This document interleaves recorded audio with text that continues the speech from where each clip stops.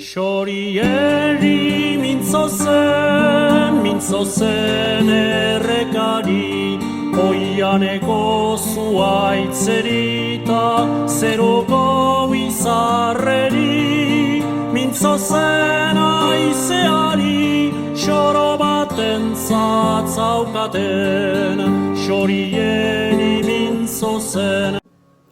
Bonjour à toutes, bonjour à tous, bienvenue sur cette nouvelle vidéo des Mémoires d'Adrien, cette première partie du bilan lecture du mois de mai 2022 consacré au BD et au manga. Donc il va y en avoir beaucoup, j'ai beaucoup lu de manga, beaucoup lu de BD pendant ce mois-ci, donc je commence de suite avec Berserk, le tome 1. Je me relance dans la lecture de Berserk. Comme je l'avais dit sur Twitter, j'ai essayé à 2 reprises de lire Berserk, ce chef-d'œuvre de la littérature manga, édité par Glénat, de Kentaro Miura, le fameux Kentaro Miura décédé donc l'année dernière sans avoir terminé sa fameuse série. On en était au 40e tome.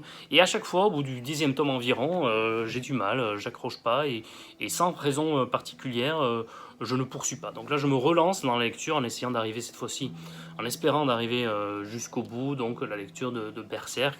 Vous savez, ce personnage avec cette grande épée un petit peu sombre, qui a beaucoup de ténèbres en lui, de volonté de vengeance, et on se demande pour l'instant, mais pourquoi il est aussi sombre, pourquoi il a ce regard toujours ténébreux, malveillant, un regard de vengeance.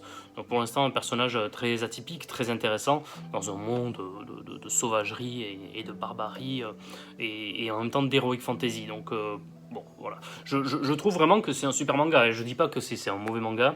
À chaque fois, je me souviens, j'aime bien l'histoire, etc. Mais j'ai l'habitude, moi, d'espacer mes lectures entre 2 tomes. Je lis jamais 2-3 tomes à la suite d'un coup.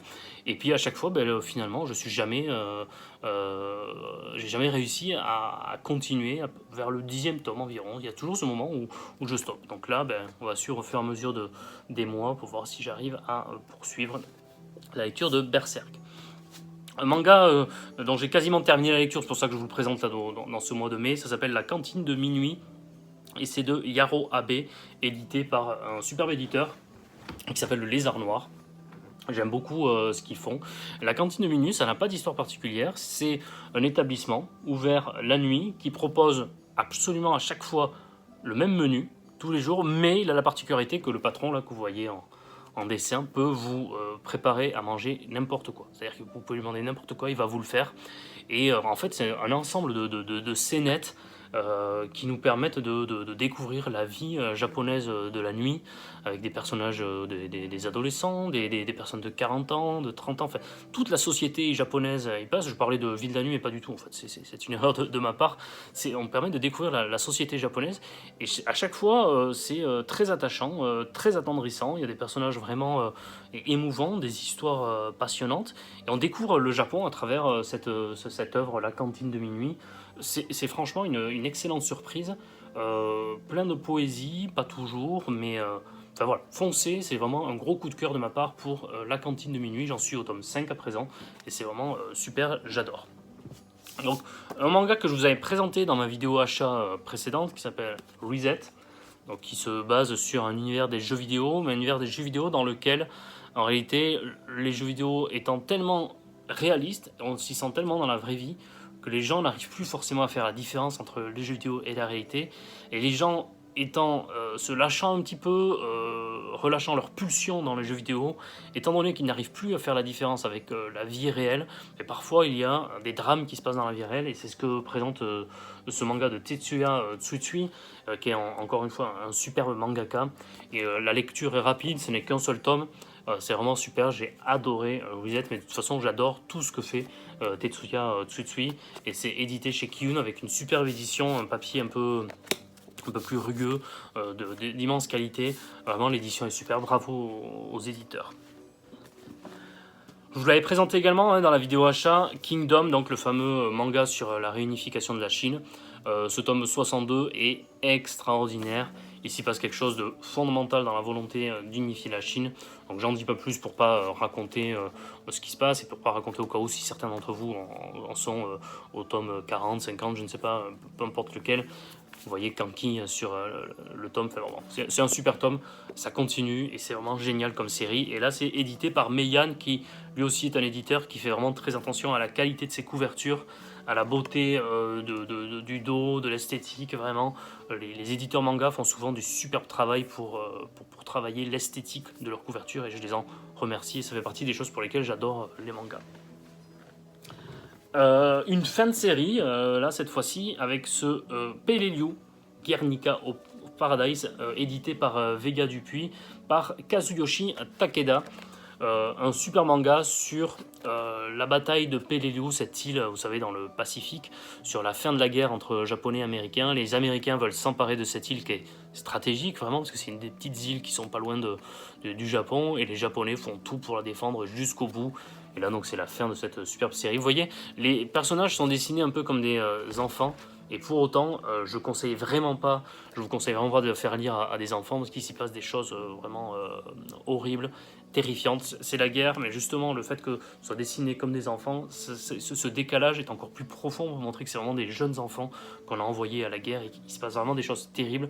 C'est un super manga, c'est un de mes coups de cœur de ces 3-4 dernières années. Je le conseille vraiment pour qui aime l'histoire de lire donc Peleliu Guernica of Paradise. Le titre, je le trouve extraordinaire. Je sais pas vous, mais j'adore Guernica of Paradise.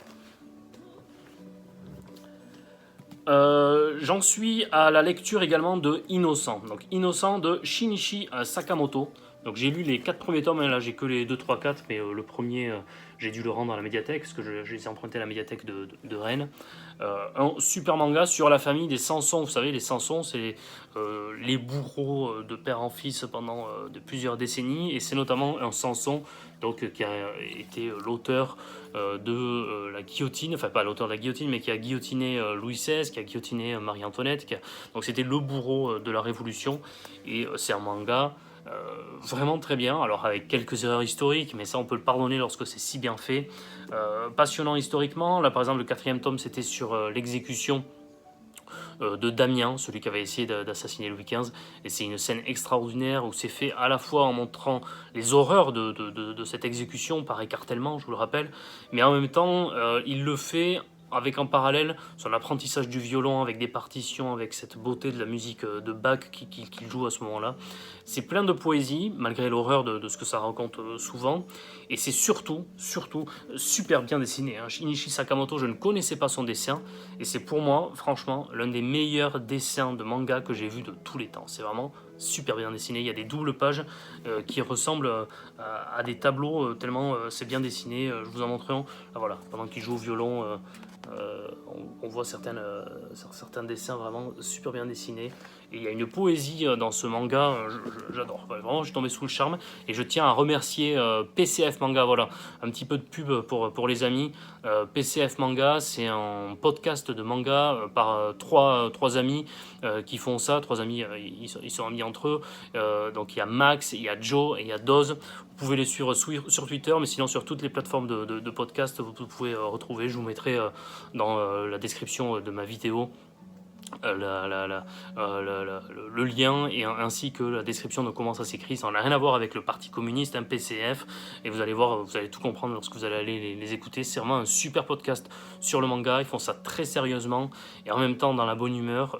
À chaque fois je passe un excellent moment à les écouter. C'est des mangas, c'est des podcasts de 2-3 heures et c'est vraiment c'est extraordinaire. C'est vraiment l'un de mes coups de cœur en découverte podcast ou réseaux sociaux manga de ces dernières années. Et puis tant que je suis dans les publicités, dans les dédicaces, je voudrais faire une dédicace vraiment très spéciale à mon cousin que vous allez également pouvoir retrouver sur Twitter, sur YouTube, sur TikTok aussi, je crois, qu'il est sur TikTok.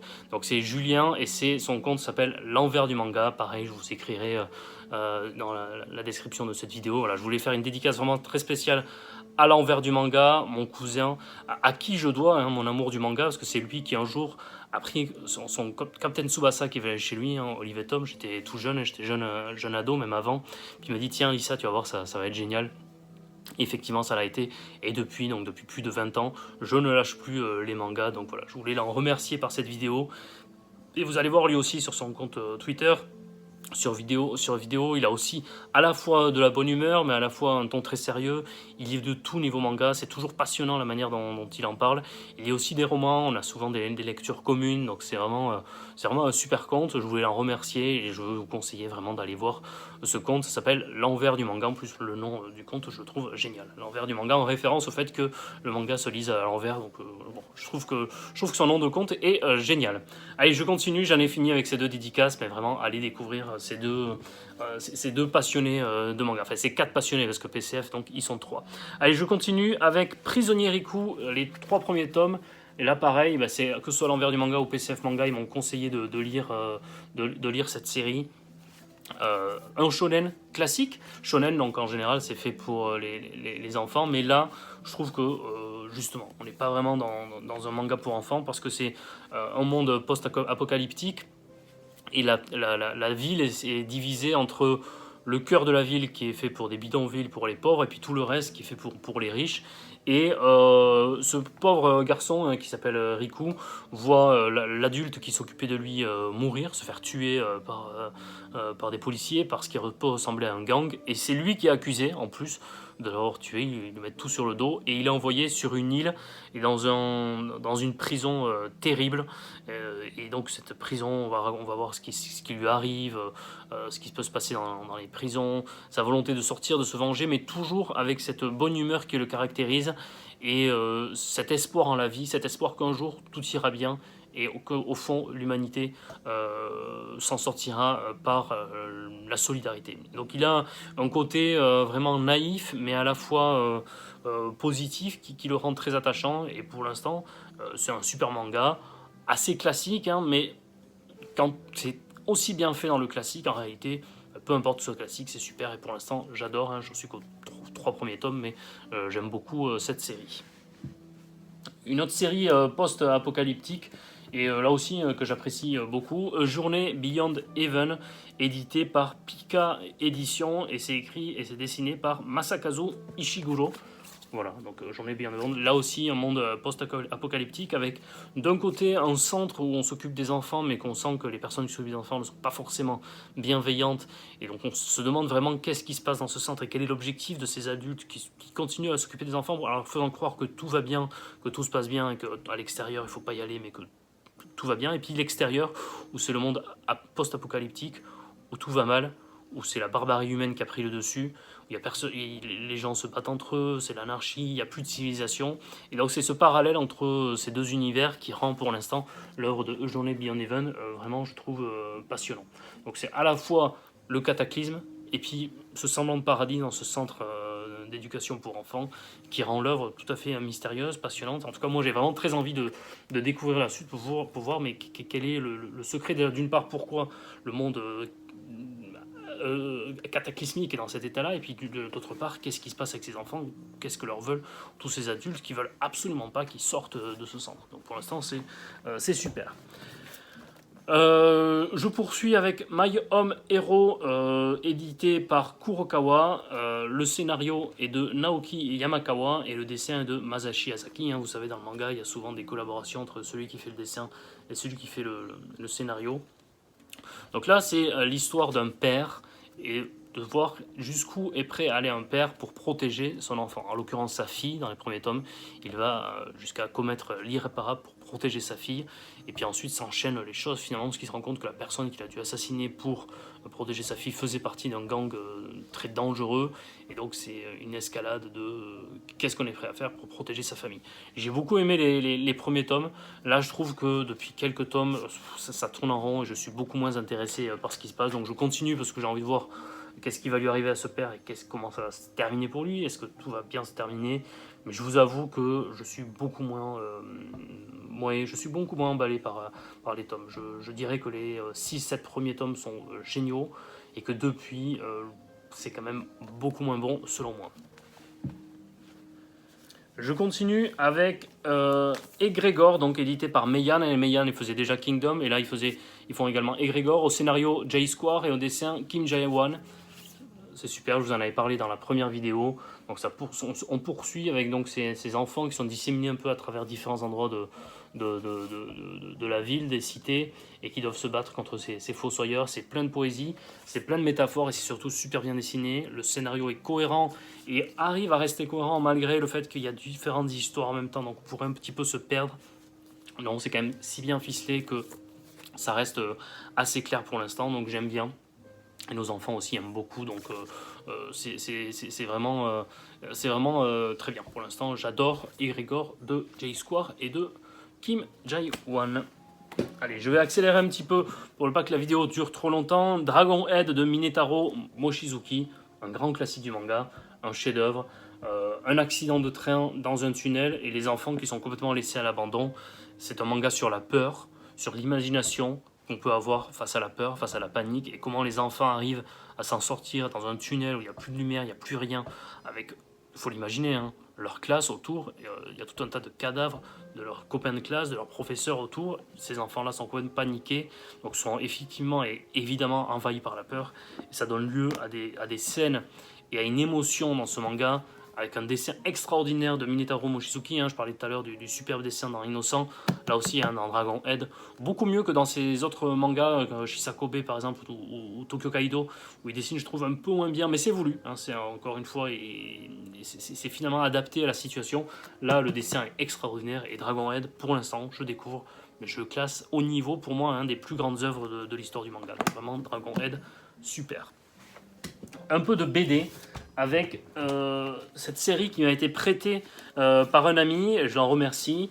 Ça s'appelle Le Chant des Striges, ce sont les 6 premiers tomes, hein. Il y a 3 saisons je crois, et là c'est la première saison du coup, sur donc un complot à la fois économique, avec autour du président des États-Unis, et puis sur ces fameuses striges qui seraient des bêtes mi-vampires, mi-sirènes, mi-diaboliques, on ne sait pas trop exactement ce que ça représente ces striges. Et donc ces striges-là qui feraient partie de l'humanité, en tout cas qui entoureraient l'humanité depuis ses débuts. Je sais pas si j'ai apprécié, j'aimais bien au début, et puis finalement je trouve que ça mêle beaucoup trop de genres, à chaque fois le complot politique, le complot chimique, le complot économique, et puis en même temps ce côté diable, ce côté créature maléfique. Je dirais que ça va dans beaucoup trop d'univers pour que j'arrive à vraiment accrocher avec cette série. Pourtant, c'est un ami qui me prête en général des BD que j'adore. Hein. J'ai vraiment souvent, il me prête des superbes séries. Et là, je vais en parler avec lui, mais je trouve que ça va un petit peu trop dans tous les sens. Il y a trop de genres différents pour que j'ai réussisse à m'y accrocher jusqu'au bout et à rester vraiment dedans. Donc, j'ai pas réussi à rester dedans jusqu'au 6e tome. En revanche, c'est quand même très très bien dessiné, hein. C'est écrit par Corbéran, Guérino et Merlet, et c'est édité par Delcourt, donc voilà, n'hésitez pas quand même à aller découvrir et puis à me dire ce que vous en pensez si vous ne l'avez pas encore lu. Ça reste des très beaux objets, hein. C'est quand même très bien dessiné, et c'est intéressant à certains aspects sur l'humanité, son rapport au diable et aux créatures maléfiques et à la mythologie, donc il y a quand même un aspect intéressant. Avant de vous quitter, juste une lecture d'un magazine que je lis, que j'aime beaucoup lire sur le manga. Ça s'appelle Atom. Voilà. Et là, on en est au manga de science-fiction. Voilà, c'est un numéro. J'emprunte à la médiathèque là aussi régulièrement, mais c'est sur la culture manga. Il y a des critiques manga d'actualité, puis des dossiers thématiques. C'est assez super. Et là, évidemment, manga science-fiction, je pouvais pas passer à côté. Avec notamment, j'ai vu un article consacré au maître, pour moi, hein, du manga, au dieu du manga, hein, Osamu Tezuka, et son fameux Astro Boy. Enfin, pour moi, de toute façon, il y a 2 maîtres de la science-fiction. Il y a Isaac Asimov, les robots, hein, que vous trouvez là, les robots, Fondation, Isaac Asimov, et puis il y a Osamu Tezuka dans le manga avec Astro Boy et Phoenix, l'oiseau de feu. D'ailleurs, j'en profite pour faire un appel vraiment tout à fait solennel aux éditions Delcourt Tonkam. Si vous voyez cette vidéo, j'ai entendu qu'enfin Phoenix Oiseau de Feu allait être réédité par vous à la fin de ce mois de juin. Là, j'ai vu passer la date, je ne sais plus où. Ça fait des années qu'on en parle. S'il vous plaît, rééditez Phoenix Oiseau de Feu, hein, de Osamu Tezuka. Je vous assure, ça va cartonner, ça va marcher. On attend ça avec impatience. Moi, le jour de la sortie, c'est sûr, je l'achète. Enfin, Phoenix Oiseau de Feu, c'est une série culte, c'est une série géniale. C'est Osamu Tezuka, enfin, il y a tout, il y a sur l'histoire, sur la science-fiction, enfin, c'est vraiment une série extraordinaire. Phoenix, l'oiseau de feu, donc édition Delcourt Tonkam, n'hésitez plus, foncez, rééditer cette série. Voilà, j'en ai terminé pour cette lecture manga et bande dessinée. Merci à toutes, merci à tous d'avoir suivi cette vidéo. J'espère que ça n'a pas été trop long. Mais j'avais, comme vous l'avez vu, beaucoup de lectures à vous présenter. Voilà. Prenez soin de vous, lisez des livres et à très bientôt. Au revoir.